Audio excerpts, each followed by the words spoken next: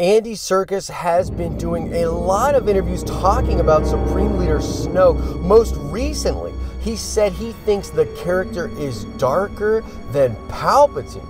This is significant and falls in line with my current Snoke theory. Let's talk about it. What is up, YouTube? It's Josh. This is the Den of Nerds. If you love Star Wars the way I do, subscribe to this channel. We do all sorts of coverage of Star Wars. Oh, and shout out to Daniel Betazon. I'm sorry, I butchered your name. But shout out to you, Daniel. You got the nerd card question correct in one of my Luke Skywalker videos. You definitely know your stuff when it comes to Star Wars. There will be another nerd card question at the end of this video.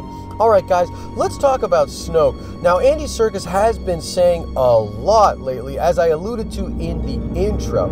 This is giving us a ton of information about the character, and we're getting more and more images as well. The actor confirmed that the character is strong with the dark side of the Force, that he's a dark side villain. Now that seems trivial, but when it comes to this balancing of the Force and the unified Force, I was starting to question, is Snoke specifically on the dark side? It looks as though that is confirmed. Andy Serkis also talks about the character liking the regal and theatrical aspects of ruling.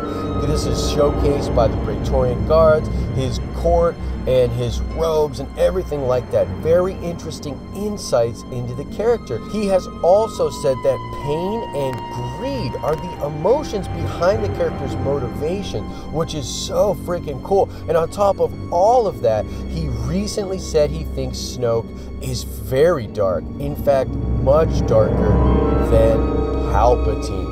Now, I have a couple popular Snoke videos talking about my current theory for the character, and you should go watch them because they're awesome and in-depth. But basically, I think that Snoke is an ancient, immortal being that is possibly a fallen will. And if you don't know what the fallen will thing is about, I can basically explain it to you that he is a fallen angel, much like Lucifer, aka the devil. Within the context of this theory, I believe that Snoke's motivation is to show the Force in some way that beings of the universe are actually unworthy of the gifts that the Force grants them. This is very similar to Lucifer, who is of course jealous of the love that God has for humanity, and he does not think that humanity is worth it. His whole mission in life is to corrupt humanity to show God that we are unworthy. Just like the devil who wants hell on earth, Snoke wants a version of hell in the galaxy. Plainly, he wants to prove that mortal beings are terrible, and he wants to bring oblivion, which he will rule over. This is interesting to me, as one of the problems with Snoke is what exactly is his motivation? Why would a character this strong even want to rule? But I think he wants to rule over a version of hell and bring the galaxy to its knees. And that is, quite frankly, much darker than what Palpatine wanted. You see, Palpatine wanted a version of peace. It was just the way he was going about it that was incredibly dark and against the moral code of the galaxy. In my other videos, I outline how I believe that Snoke was beaten and trapped in the unknown regions. This is why he is so deformed and decrepit when we see him. It's also why I believe he is siphoning off the power of the Force from people to fuel his body and regain his former self. Now, when Andy Serkis talks about the pain that is a motivation for Snoke, he associates that pain with the Resistance. Now, when I first heard these quotes, it actually threw me off a bit, but the more I thought about it, the more it makes sense. You see, Snoke just associates the Resistance and Leia's resistance as a literal and figurative resistance to his outcome. He associates the pain that he feels from the first time such a resistance formed up against him and beat him and trapped him with the new resistance. So it still makes sense within the context of that theory.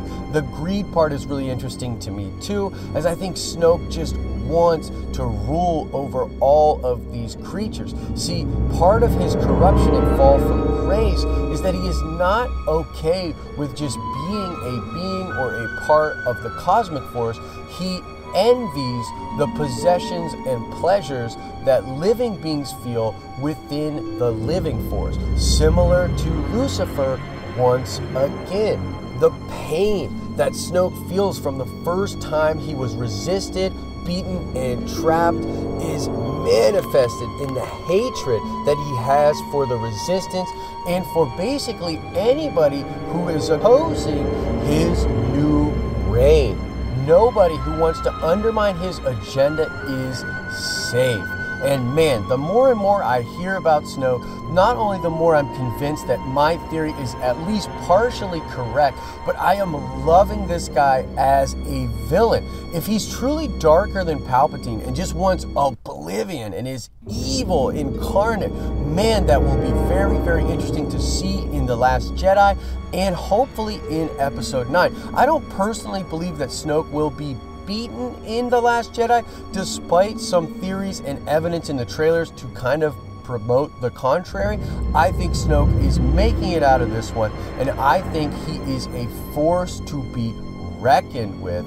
Man, I'm really hoping that fallen will thing is correct, but either way, I'm excited to experience this character, and the more we get looking at him and hearing Andy Serkis talk about him, the more amped I get to check out The Last Jedi. But what do you guys think about this theory and the recent comments by Andy Serkis? Do you think it means anything that maybe I didn't touch on in this video? Is there other evidence out there that I've missed? Please bring that kind of stuff to my attention. Always willing to learn and converse with you guys.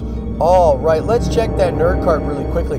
I want to know, what is the name of Jiang Wang's character in Rogue One? He is the sidekick and partner to Chirrut Imwe in that movie. What is the name of that character? Answer that question in the comment section below. As I always say, I hope you are having an awesome and nerdy day. See ya!